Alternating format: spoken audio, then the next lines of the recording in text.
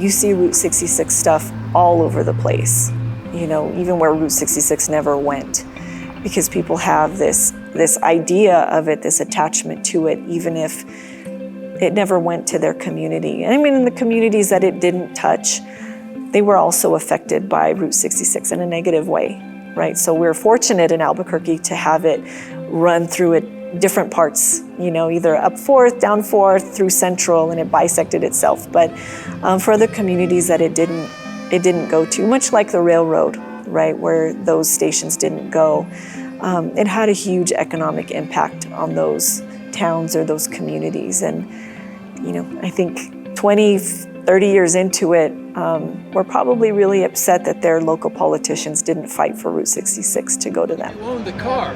Pardon me? How long have you owned the car? But this is Alan's car, not mine. I bought this one back in 2001. Well, the reason we're driving through Albuquerque is because my daughter Melora lives here. Started the idea of this trip many years ago. Alan and I have been friends for a long time, and we both enjoy automobiles and working on them. He's got a real collection. I don't have a collection, I just have one. But in any event, we've gotten together a number of years to go to car shows together and so forth. And the car that we're driving right here is Alan's possession.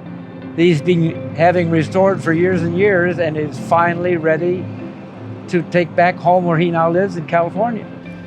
So, Is this the end of the road, or are you carrying on? oh no, we're going all the way to California. We're going to finish it all the way. Yeah. You bet. Because Alan now lives in Los Angeles. Dad lives in Minneapolis, where the car has been for the last 10 years. And so they drove it to Chicago, this caught is a trip 66. Yes. Oh, absolutely. It's getting, yes. It's getting the car home. It's been in the planning for over a decade. Wonderful.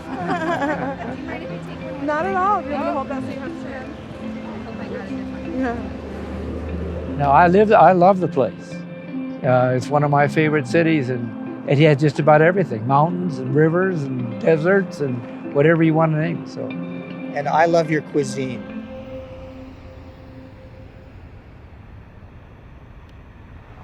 I moved out here in New Mexico in 1963, and I was working for a food company, and they transferred me out here from West Texas. I moved over here, and we built this thing and opened it in March of 1969, and been here ever since. I imagine there would probably be 20 people that will come take a picture of that sign every day. And I think that's basically because of Breaking Bad. They don't buy anything, but they want a picture of the sign. That sign was on the building, the original building that I had when I moved over. I just brought the sign with me. It was originally put on the building by Ms. Mead. They were the ones that started the doghouse. And when I bought it, it probably had been around since the 50s. People mention it, when they come over. It's got a lot of action on it with the dog eating a wiener and wagging that tail.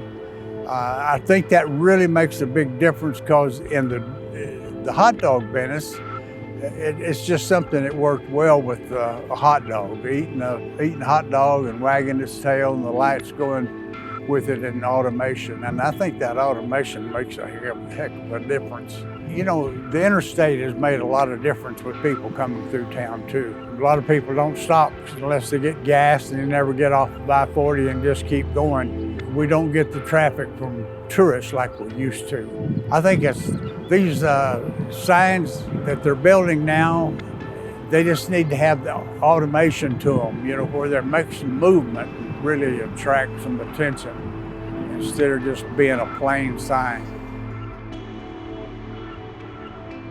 Albuquerque is just a really nice town. It's a wonderful place. You got some mountains, you got a lot of things to do in Albuquerque, and hope people just keep coming and spend a little money with us.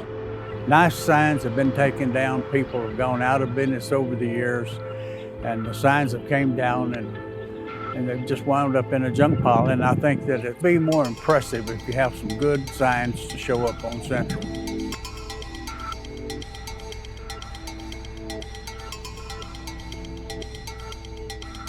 How did my parents feel about it? when I wanted to take this project over. They thought I was crazy. They thought I was gonna lose all their money. They thought all their hard work is gonna go down the drain, because who is going to revive an old motel without tearing it down and creating a brand new building in Central? And then on top of that, you have the audacity to add hot pink. That was my mom. She really thought I was crazy, but I knew it. I just knew it. I had this passion. I knew how awesome Route 66 is. You know, my memories. My parents driving me up and down from the old motel to this motel, you know, seeing that I would one day attend the University of New Mexico, which is also on Route 66, you know, and I did, and I worked on the hospital on Route 66, not a Presbyterian, you know. I was actually born and raised in Albuquerque, and I used to live in a motor inn down Central a little bit further, right across the state fairgrounds. And then at the age of 8, because my parents would always drive Route 66 up and down to put me to sleep, my mom would see this building. And she would really admire the uniqueness and the mid-modern century architecture, like the shadow brick walls where you see like the diamond pattern that pops out, and it's really hard to see nowadays. And she just fell in love with the building. And so when I was 8 years old, she purchased it. And I was really mad. I didn't want to move because my home was my home. But once we got here, you know, you start to see the unique vibes of Nob Hill and the eclecticness, and it's really, really fun. And so growing up here, you know, it was a motel. It was a dumpy motel. It was, you know, your typical Route 66. It was actually built as a Sleepy Bear travel lodge. My family actually fled East Africa during the Idi Amin regime. And so during that period, you know, my dad, even a little bit before then, he would travel the world, and he actually stayed with a friend of his. His name was Tom, and Tom lived in the UK, and he owned a little motel. And in the motel, Tom was living in the back part of the motel. So my dad saw how awesome it was, where people come to you, the business comes to you, and you just get up off your couch and rent the room and then go back into your couch, and you have your family right then and there, you know? And he really loved that concept. So his dream always was to eventually own a motel one day. And so, like any American dream, my parents came out here, and they worked really hard, and they purchased their first motor inn. I didn't know it was the iconic motel in the Ernst Haas image, you know, that gets circulated all around the world. We would have people that would come stay with us because they knew that this was that motel that was taken in that picture, and just end up finding us, you know, and just driving Route 66.